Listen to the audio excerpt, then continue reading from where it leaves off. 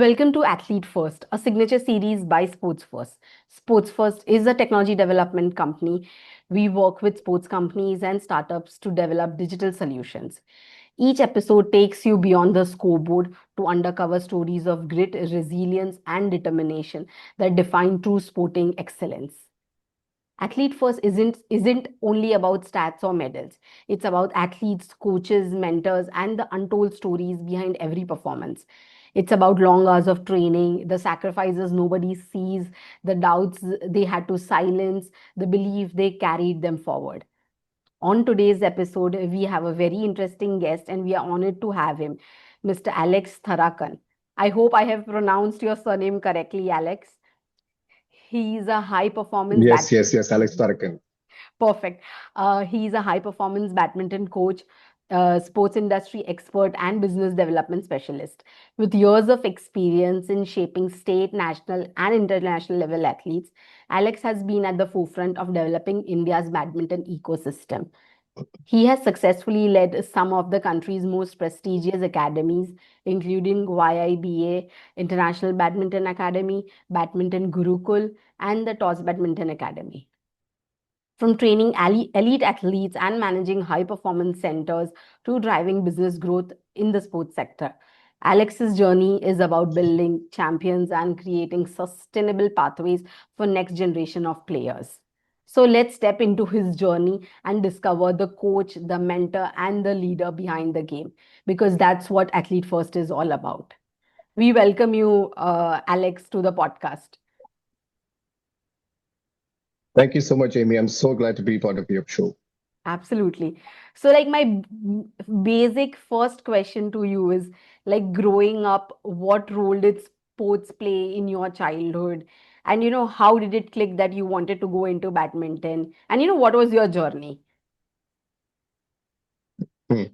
Now, I think sports, I would say that, it was my first teacher yeah, because, it taught me a lot of discipline, resilience, and, how to face both victory and defeat. More than a hobby, they became a part of my lifestyle. And it gave me a sense of identity very early in my life. Okay. So, like, what was the age back then that you decided that, yeah, this is the day, or, this is the year that you were going to start playing sports, and this is it? What excited you about it? I think badminton as any sport, it gave me a lot of freedom. I didn't have a lot of pressure those days. At least my parents were all very cooperative, and they didn't give me a lot of pressure. And I felt like I found that freedom in sports and badminton. It has a lot of speed, it has a lot of intensity, and badminton is like constant decision making. So it kept me all full alive in court.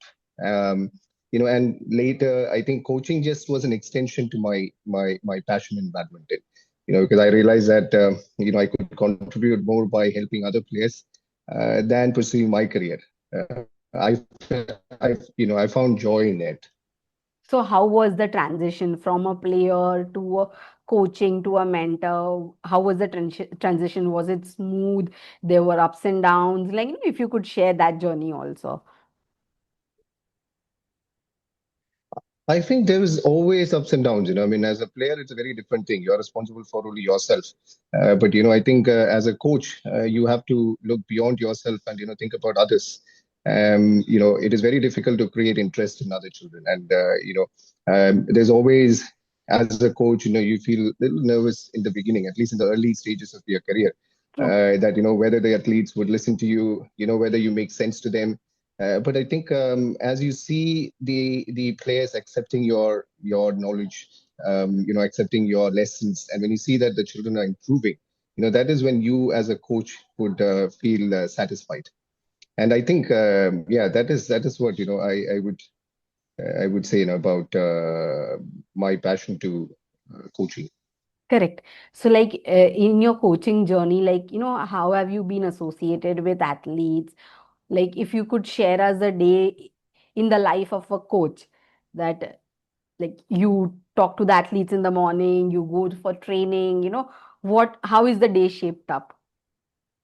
Oh, I wake up very early on in a day because I wake up at 4 o'clock and I'm in the court at 5. And usually 5 to 7 is the time that you give fitness sessions where it's either on court or off court, or it could be a strength training session in the gym. But then I make it a point that every morning I sit down with players. We do a little bit of meditation. Okay. It's more of it's a time to contemplate or prepare for the day, and that is immediately after that. I take that opportunity to give a certain level of motivation. I narrate some stories. I try to engage the children in some discussions. I think that helps because every day when you begin, you should begin with a plan, and that plan should be very clear from the coach's perspective, and it should be communicated well to the athletes as well.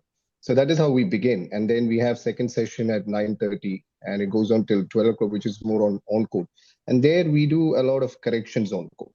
Okay. So morning you physically prepare yourself and mentally prepare yourself, but in the mid session it is more of on court. So now you know what you have to do, and you just have to put yourself completely dedicated to that practice session.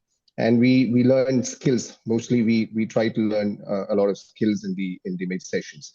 And then after that, towards the evening, we have another session which is at 5 o'clock and 5 to 7, and that's more tactical, where you teach them a lot of the perspectives of game, how to play a game, how to play singles. What are the different strategies that you can use, how to overcome your opponent's strokes or strategies. So that is how the days are. So we have at least 6 hours of training every day. Um, Okay. so yeah, So like so that's how it when is. you're training with athletes, like what are the challenges? What are the positive sides you see in athletes as they grow over the years?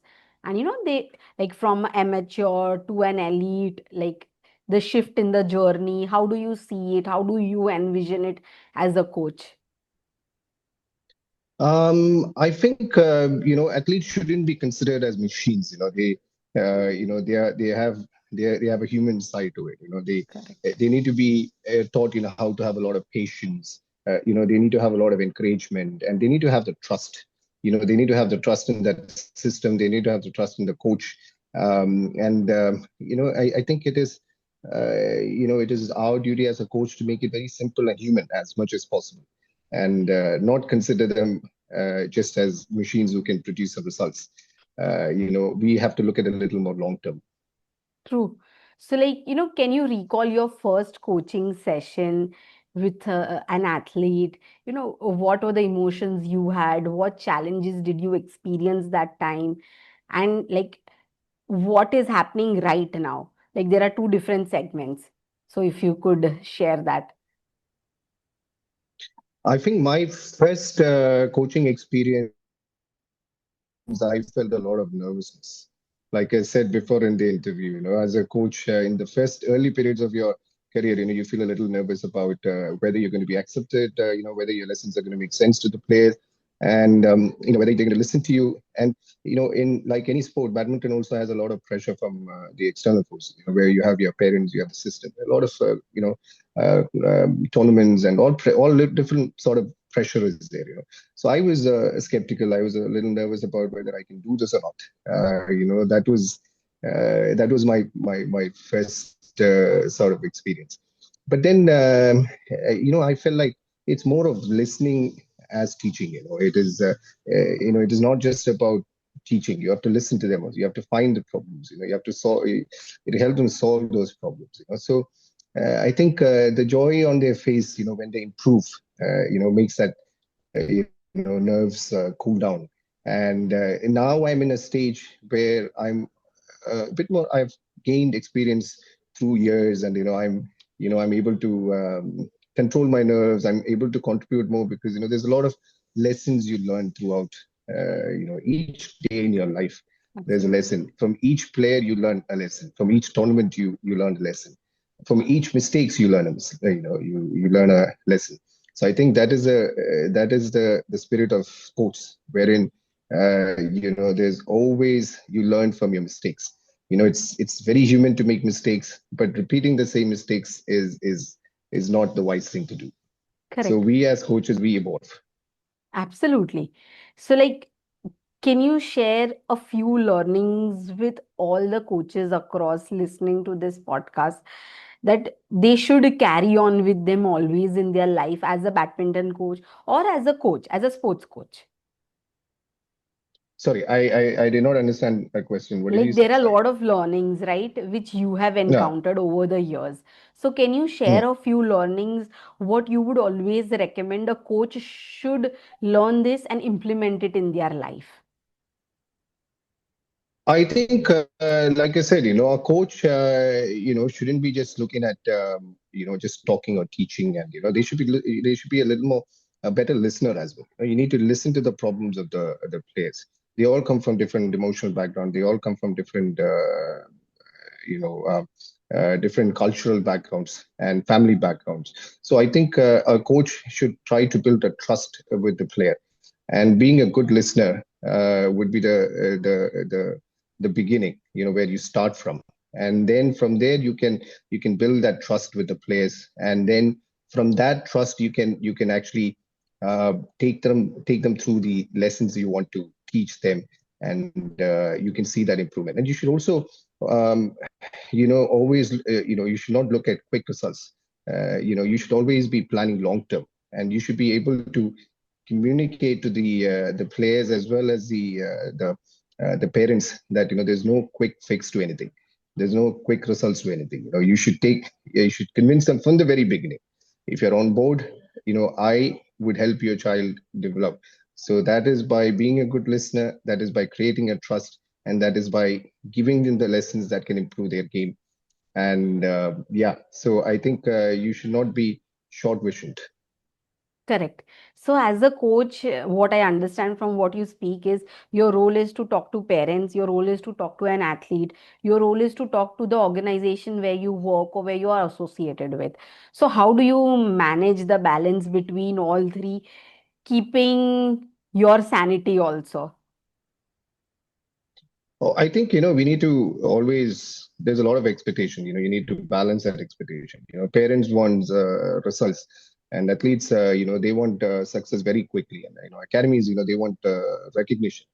But then, like I said, the most difficult part is keeping the athlete, realize that it's a long-term growth above all else. It is not about quick results, and, it's not about I believe, that trophies and winning tournaments are not the only objective of sports.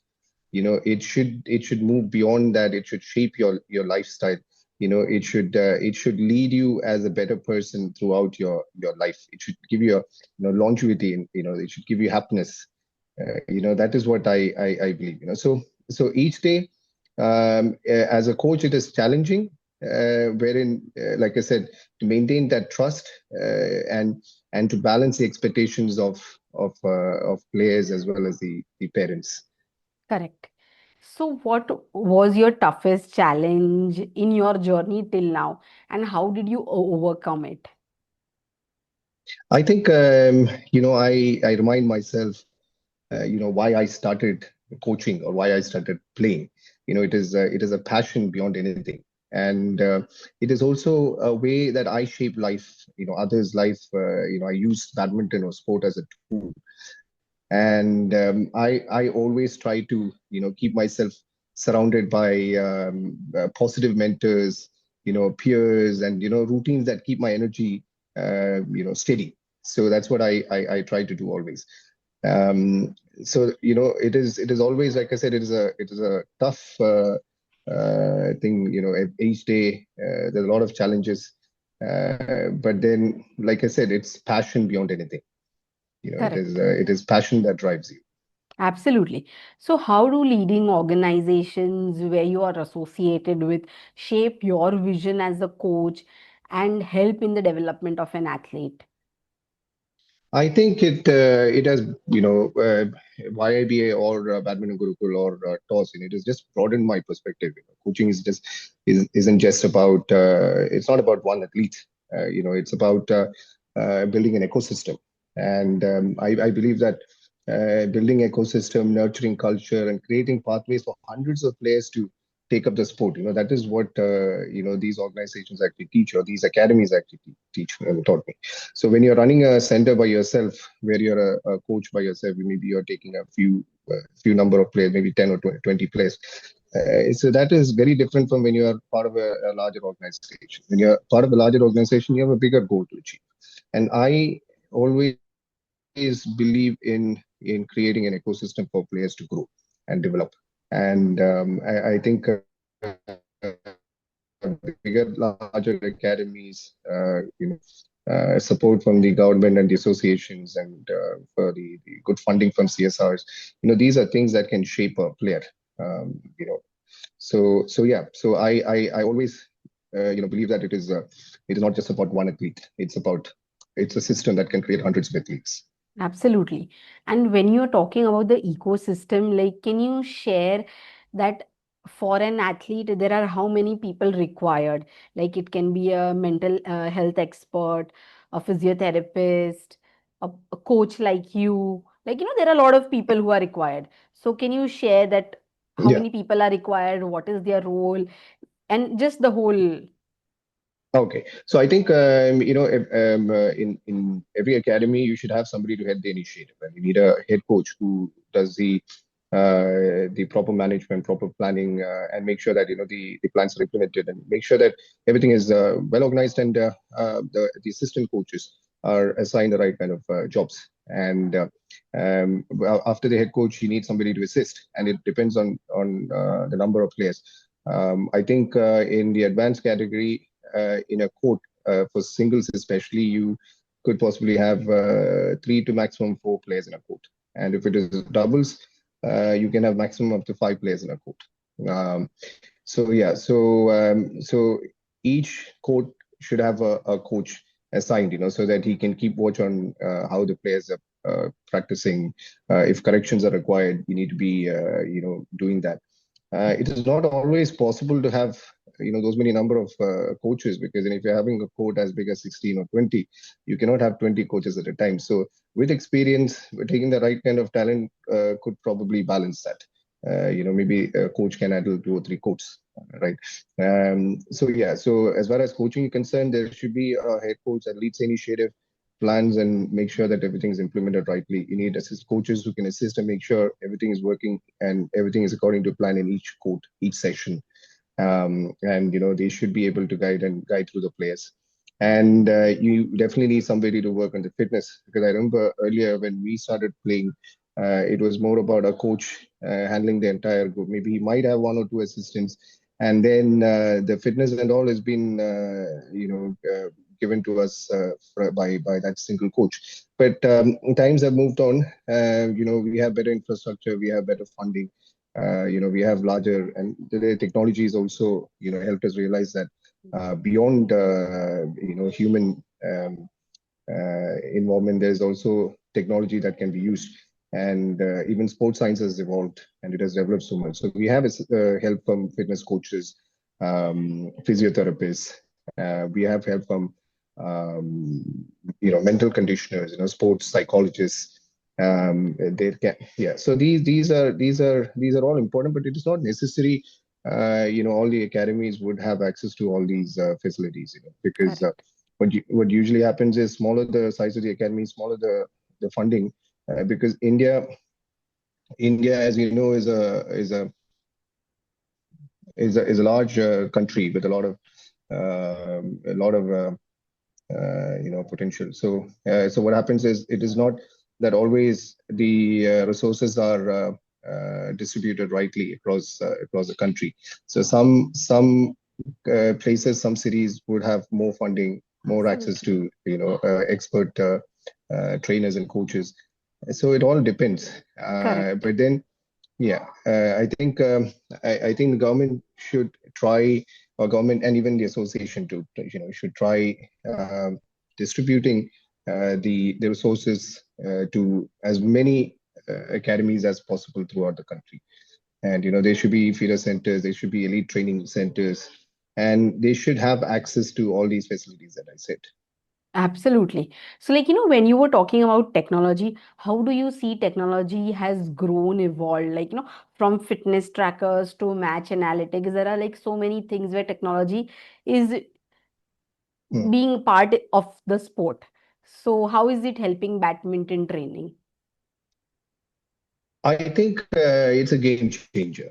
I Okay. think it's truly a game changer because fitness trackers, AI, video analysis, all these allow personalized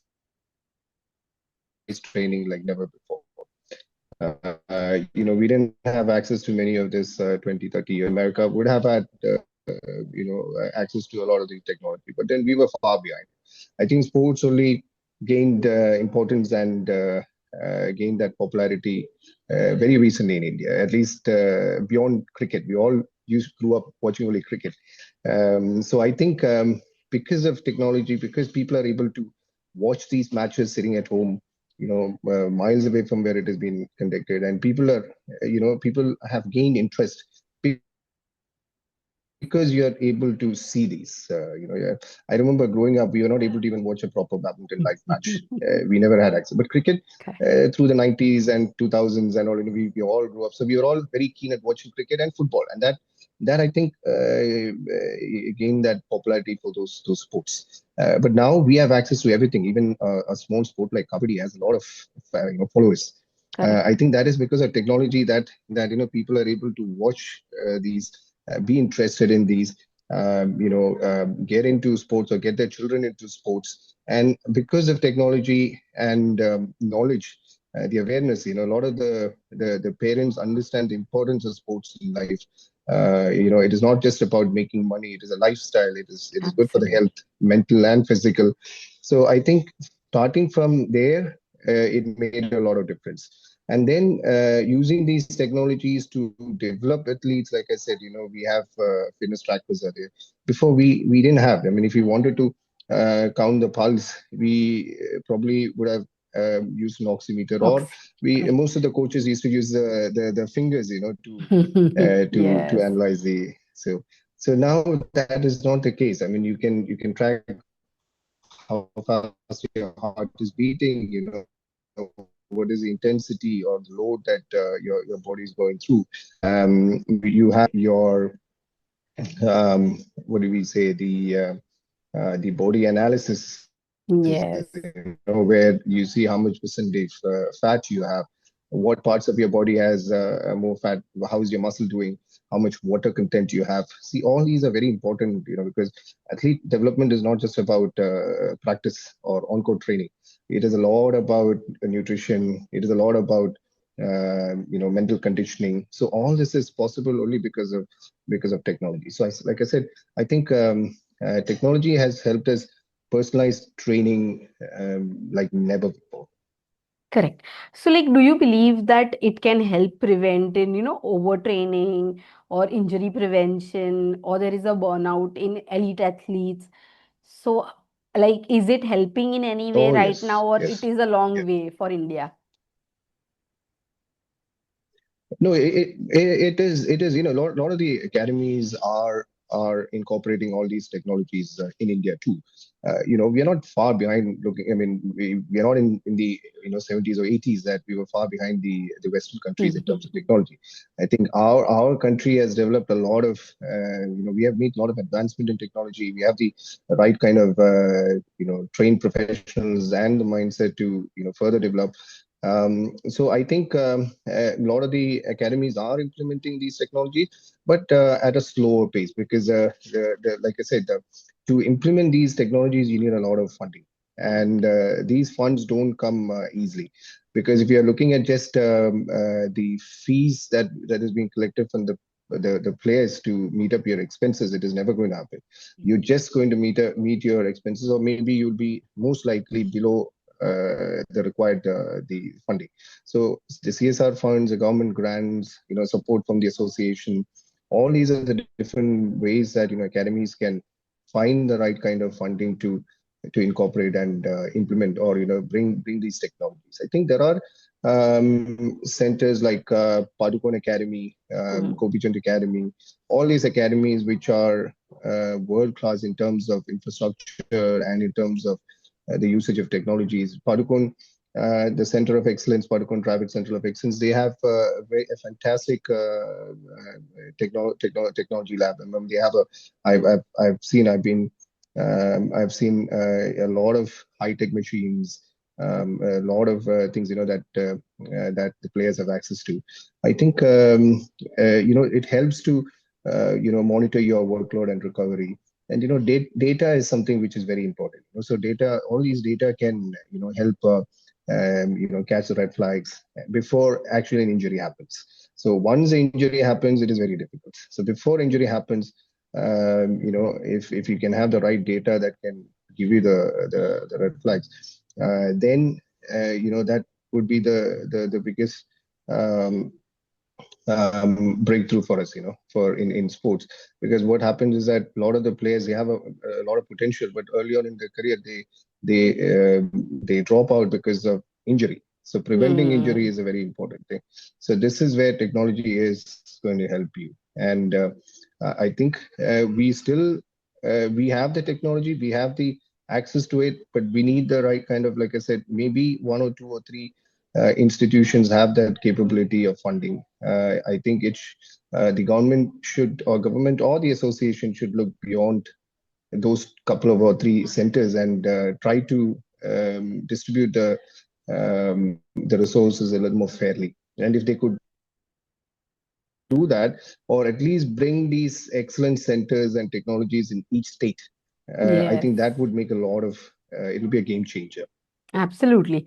So, like, how do It'll you, definitely, yes. absolutely. So, how do you see that technology will change coaching in the next like 3 to 5 years? How is it going to I help? think most likely the way it is going right. Yeah, yeah. I think the way it is going right now, it would more likely go hybrid. Part human, part AI, Hmm. because AI is something that everybody is looking forward to, and everybody talks a lot about these days. And we still in the very early stages of understanding the potential of AI. But I think at the pace that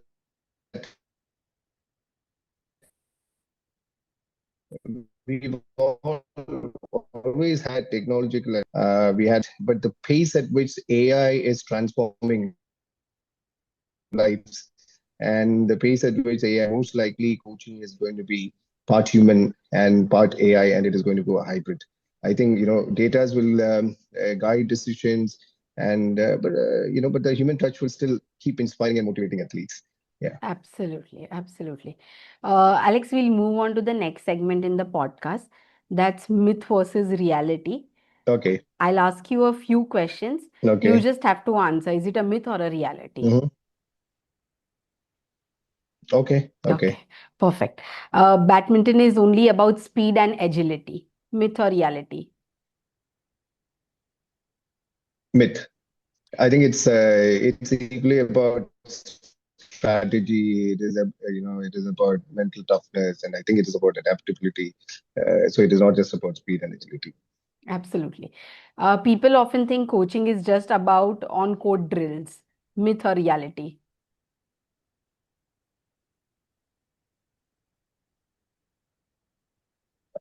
No, it is a myth. The truth is coaching extends psychology. There's recovery academies, academics. There's lifestyle. The athlete's entire ecosystem matters. It is not just about the on-court drills. Okay.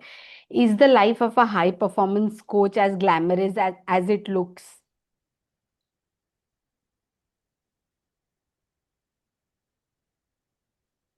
Alex, your voice is Sorry, breaking. I didn't hear that question. Your voice is breaking a lot. Is it from my end or your end? Can, I think yeah, your voice is also breaking. Breaking. Wait, let me change my Wi-Fi. Just give me 1 second. I think it is better now. Better? Okay. Yeah, yeah, I changed it. Okay, I'll repeat the question. Yeah, Uh, yeah, yeah. is the life of a high performance Yeah. coach glamorous as it looks? Myth or reality?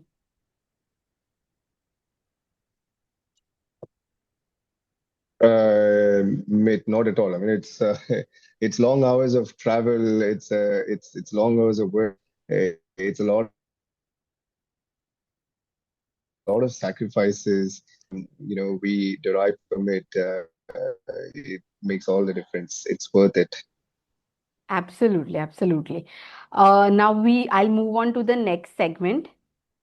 You'll have to finish the sentence. Okay. Badminton is Okay. only about speed and agility.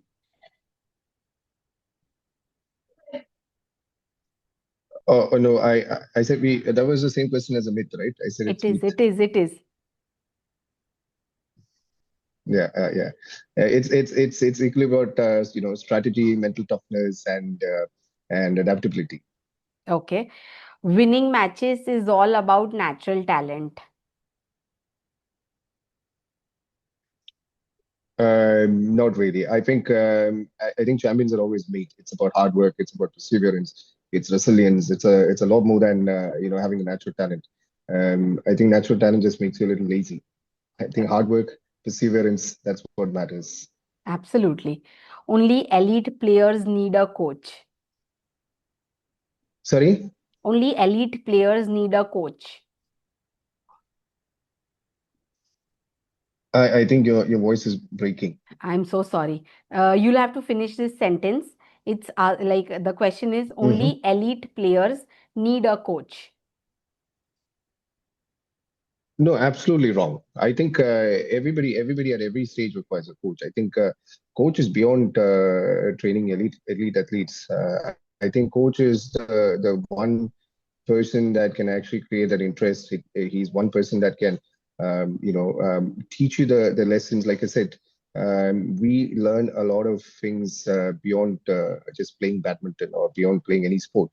I think the coach is he has a role as important as a parent or even a school teacher or I believe at every stage from the early stage you would require a coach's help as much as an elite player requires. Okay. The last one. A good coach always has answers. I, that's a very tough one. I think we always don't have the right kind of answers, not always. And I think we try to find the right answers. We are all, I think it is all a learning experience for each and every one of us. The questions from time to time are very different in nature. And I think we as coaches should understand, like I said, we should be good listeners. We should understand what is the context of those questions and try to find the right answer for them. I don't think that we always have the right answer. So we should. It is better than saying the wrong answer and the wrong advices. So you it is better that you actually go through it, read about it, understand about it, think about it, and give the right answer. Perfect. Now, this is the last segment of the podcast. Yeah. You will need to share a few training tips or advice to young aspiring coaches or athletes into 30 seconds. Into 30 seconds. Okay, okay, okay. So, so is it only for the so your For voice was coach, breaking, so I didn't. uh, in 30 seconds, like I would like, you to give advice to young aspiring coaches or athletes who are working towards their goal in badminton.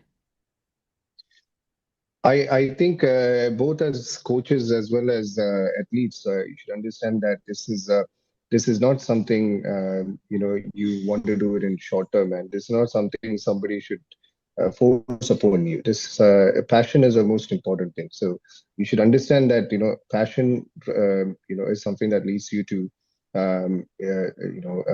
winning, or that is the only way that you can get satisfied. So it is about also a lot of mental resilience. It's about emotional stability. It's about a lifestyle discipline. So and without them, performance won't last. So I think every coach should understand that. Absolutely. Thank you, Alex, for joining us today on Athlete First. Thank you so much for the opportunity.